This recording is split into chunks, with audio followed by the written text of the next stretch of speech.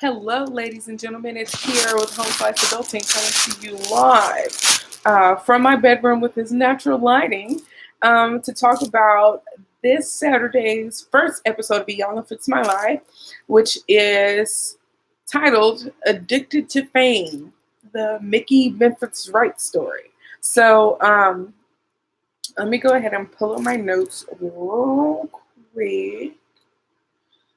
So FYI, if y'all are wondering about these things on the wall, someone in the house is a mechanic and they don't like to fully wash all the gunk off of their hands when they come home from work. So sometimes there's things on the wall. So I need to go ahead and try it and see if I can get those off. But that's neither here nor there. So to get started, we'll talk about the title of the series, or the title of this particular episode is Addicted to Fame. So, just a little background. His mother wrote into the show. I was not aware of his music career. I knew he was some type of career executive, but I did not know that he had discovered Waka Flocka or Nicki Minaj. And I think this is the episode where we have to kind of talk about the monster called fame. What's interesting enough is that the title, excuse me y'all, I got enough sleep, I'm tired. But anyways, the story is called Addicted to Fame. But that's not really one of the things that they addressed in the show, which is very interesting to me. But let's move on. I think we've all wondered about what it would be like to be famous, but none of us think about what would happen if all of that was kind of taken away, which is at the point where Memphis is now. Now, Miss Iyanla sits down to talk to Miss Francis, who is Memphis's mother. And so she looks very good to be 61 years old, but apparently in 2001 is when Memphis's father was murdered, dismembered, and had his body burned by a member of the Ku Klux Klan. Now, I found this to be very interesting. Memphis's mother deliberately clarified that it was not the Ku Klux Klan that murdered her husband, but a member of the Ku Klux Klan. And I'm trying to figure out if there really is a difference. Like, did they issue some type of statement saying that the actions of one member do not define the stance of the whole group? To me, it's kind of all the same, but I guess they had to highlight that he was murdered by an individual and not a group of people. I don't know why that was so important for her to distinguish.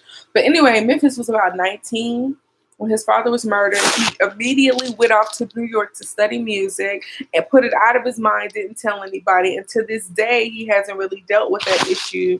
And I have quite a bit of longevity in my family. I still have both of my parents. I still have 3 grandparents. Up until about 4 years ago, I still had great grandparents. And probably up until the time I was like 9 years old, I had, about the time until I was 9 years old, I still had a great grandparent who was still alive. So we have longevity in our family. So I have never experienced a death super close to somebody to me that's like a part of my family. And I have no idea what it would be like to be a part of a family that went through something so traumatic as the murder of like a really big part of their family. So I understand, or I don't understand the level of grief. I can't sympathize, but I can definitely empathize with them. And I feel like it's no wonder why he's had kind of a hard lot in life. Due to this murder of his father, because even though he was an adult when his father was taken away from him, he said, I wasn't a man yet. And I'm glad that he can kind of see that and understand that. And I think a part of him is still 19 years old And something that they clarified later on is that they didn't have a memorial service until 3 years after his father went missing. So they spent a period of time where they didn't know where he was, and it wasn't until 3 years later that they got a break in the case or whatever, and they figured out what had happened to their father. And I'm like, wow, that is really terrible to come home from work or whatever, or wait for your husband or your father to come home from work and to not see him for 3 years, not knowing that he's alive or dead. And for after 3 years, you get the answer, and the answer is so gruesome and horrible. I mean, I can't understand the level of grief, but I do know that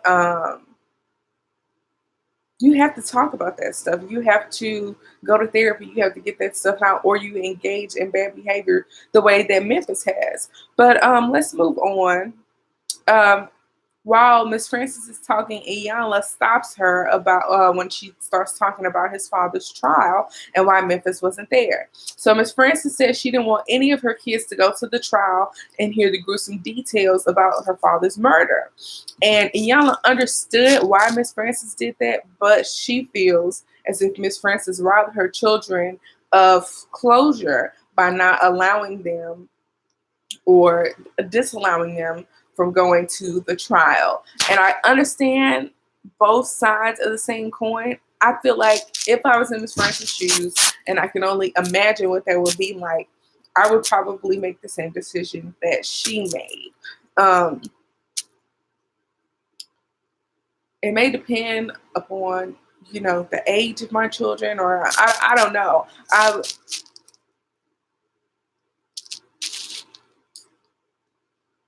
I don't know.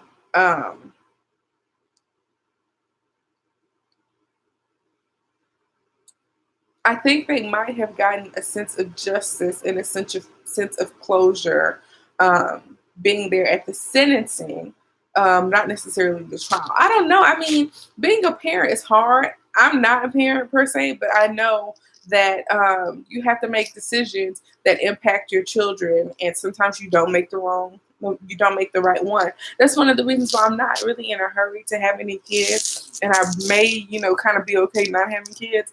But she did the best that she knew how to do. Having been married to him for 26 years at the time.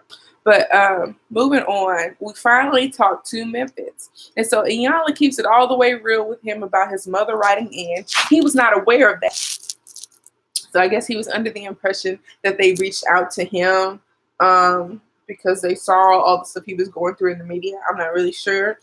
And he was saying how things kind of fell apart for him after his father died. And Iyanla made it real clear, your father didn't die. Your father was like brutally murdered. We need to call a thing, like she says.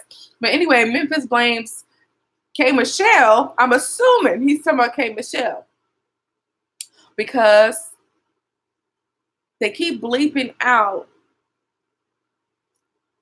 the name or the title of the person who he's talking about. But we're going to assume it's K. Michelle. I don't know a lot about that situation, except K. Michelle accuses him of being a manipulative with the money that she had got for her record deal, and she accuses him of being physically abusive.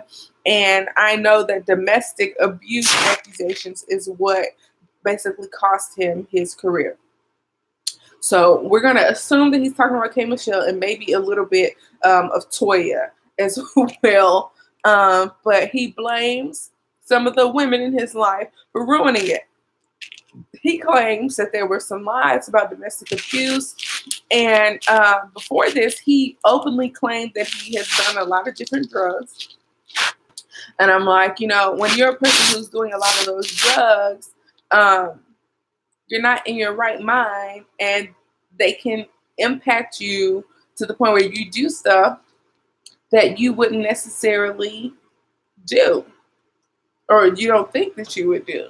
So I don't put it past Memphitz. We know about some of the stuff that has gone on in the media with him. And so domestic abuse is not something that I will put past him. And I don't think that K. Michelle is lying about it. But moving on, Iyanla says that he's telling the story of his life as if he is a victim, and that he does drugs as a result of that victimization, when it's just not true. He's very hung up on losing his career instead of losing his father. And so he's delusional if he thinks that he got a B on all those tests that Iyanla was talking about. Like, if losing his father and losing his career and all the accusations and whatnot were tests in his life, what grade do he think that he got? He said a B, and Iyanla said an F. And I was like, I'm with you, Iyanla. So she takes him to the backyard area where he's digging a hole, and she gives him all of these F words. First word is facade, because he's pretending that his father's death did not really affect him. The next word is F, fantasy. Now, this is the one that Memphitz didn't kind of agree with. I guess he went along with it anyway. But Iyanla says that you have to be living in a fantasy if you think that and putting all those drugs in your body doesn't stop you from operating in your right mind. I don't think he really understood that when there was this really blank look on his face. And he was like, okay. Next F word was fearful. He said that he was afraid that he wouldn't be able to get a second chance at revamping his music career because he was lied on. And then Iyanla said kind of the same way that we all feel about Memphitz, is that you can't blame somebody else for placing you in a hole that you dug yourself. For me, that means that sometimes we can create situations that allow others to take advantage of opportunities to destroy us. Now, in that instance, we might venture to make an assumption that while Memphitz was under the influence of drugs and alcohol and, in love with the fame of it all, that he domestically abused someone. And I really don't feel it's a lie, y'all. But for instance, if he had been more responsible for his fame and managing his drug habit, he might not be in a position to be in so much trouble now. And so she leaves him there to think about his life while his feet are buried beneath the ground. And y'all, I had to watch the episode online because a commercial cut off a pretty, interesting part of the show. So I had to go online to watch the part that was cut off. But we see that they are joined by his sister Candace and his cousin Nikayla. It was really interesting to me that his sister Candace felt that he had dug a hole for himself because he doesn't listen to anyone. Because of the facade that he, has kind of put up and put on. And I found that the way she went about it was kind of accusatory. Like, she was there to kind of tell him about himself, which explains how she reacted later on. And so Iyanla says that instead of telling him the truth, their mother patches things up for Memphitz so that he doesn't have to fall on his behind. Now, Iyanla asked Memphitz to tell his mama about all the drugs that he takes, and he's reluctant, but eventually he tells her. And there's this moment in the show, right, at this instance, where I thought it was funny. Not that doing drugs to ease your pain or whatever is funny, but the dynamic between Memphitz and his mother at that moment was very funny to me, because he kind of reverted to being like a child or a teenager, because he started naming all the drugs, and his mother was like, "Why are you doing that? Like, what's the purpose of taking those drugs?" And he said, "Well, Mama, I just be doing stuff." I thought that was so funny. But Iyanla, held his feet to the fire, and it was like, don't you sit up here and lie to your mama. Tell your mama why you take those drugs. And he admitted that he's running away from the problems of his life. And he's left to dig himself out while Iyanla talks to the other young ladies. So she sits down and talks to the mom, the sister Candace, and the cousin Nikayla. And his mother did not know that his drug issue was that bad. And they said his worst day is when he found out that his dad was murdered. And like I said, they didn't have a memorial service till 3 years after his dad went missing. And his sister His sister gets very upset because they're talking about their father's death. And Iyanla suggests that Candace could share her pain with Memphis so they could heal together so that he doesn't feel so alone in mourning their father. But Candace says that she's not ready and she can't handle it. So Iyanla goes to check on Memphis because she had left him with the instructions to get out of the hole, and he dug himself out with only his hands. And the message behind the story is that you have everything that you need inside of you to get yourself out of the hole that you dug. So hopefully he understood the point with that. I thought that was a pretty good exercise. Now the sister, Candace, goes into breakdown, and she's very upset at the process or whatever. I think that she was under the impression that the ladies were going to support him in an intervention regarding maybe his drug usage, the fact that he lost his career. I think that she thought that they were just going to scratch the surface, but Iyanla doesn't do that. Iyanla goes deeper than that because Memphis's issues go deeper than that. And so I don't think Candace peeped. I don't think Candace liked that Iyanla peeped that Candace was just as bad as Memphis. Candace wanted to leave, and Memphis admitted that he wanted to leave too. I found it interesting that he didn't leave when Candace suggested that they leave, but I'm under the impression that Memphis didn't necessarily 100% wanted to leave because he thinks that this opportunity on Iyanla is a time for damage control, maybe time for him to clear his name when it's supposed to be about healing. But anyways, Iyanla is trying to get Candace to express what's going on, and it's showing Mickey that his sister is dealing with the same problems that he's dealing with, just in a different way. And the most painful thing for her that she said was that she does not remember her father. And that has to be, something that really tears you, apart. Because in addition to missing your father, who was apparently a good guy, the fact that she can't really remember, much about him is probably just very heartbreaking to her. But moving on, we see Iyanla is having breakfast with Mama Bear, which is Miss Frances. And Miss Frances is saying she's overprotective because of what happened to their father. Now, Iyanla wants Frances to let him go and let him fall and make the transition from being Mama Bear to being the elder wise woman who offers guidance instead of criticism. And so Iyanla thinks also that Memphis needs rehab. Now we get to the point where Memphis sits in front of a wreath and a picture of his father. And Iyanla wants him to talk to his dad and deal with his mother. She had to bring in Candace to give him a little bit of support, but Memphis got with the program and began talking to his father about what he had missed, how much he missed his dad, how he feels cheated, and giving him permission to miss his dad, to giving him permission to express that he feels vulnerable and that a lot of things have gone wrong in his life since his father's death. And Iyanla said something that was really stood out to me. And she said that what you resist persists. And essentially, to me, that means that the things that you try to avoid and escape in your life will come back and bite you in the butt, and they will always persist. They will always follow you around until you deal with them head on. But she gave him permission to weep for his daddy in the backyard. So the last scene that we see is a meeting with Dr. Brooks, who is some type of staff member at a rehab clinic. When Iyanla said the word rehab or something about, oh, y'all forgot my alarm was on. Let's go over and turn that off.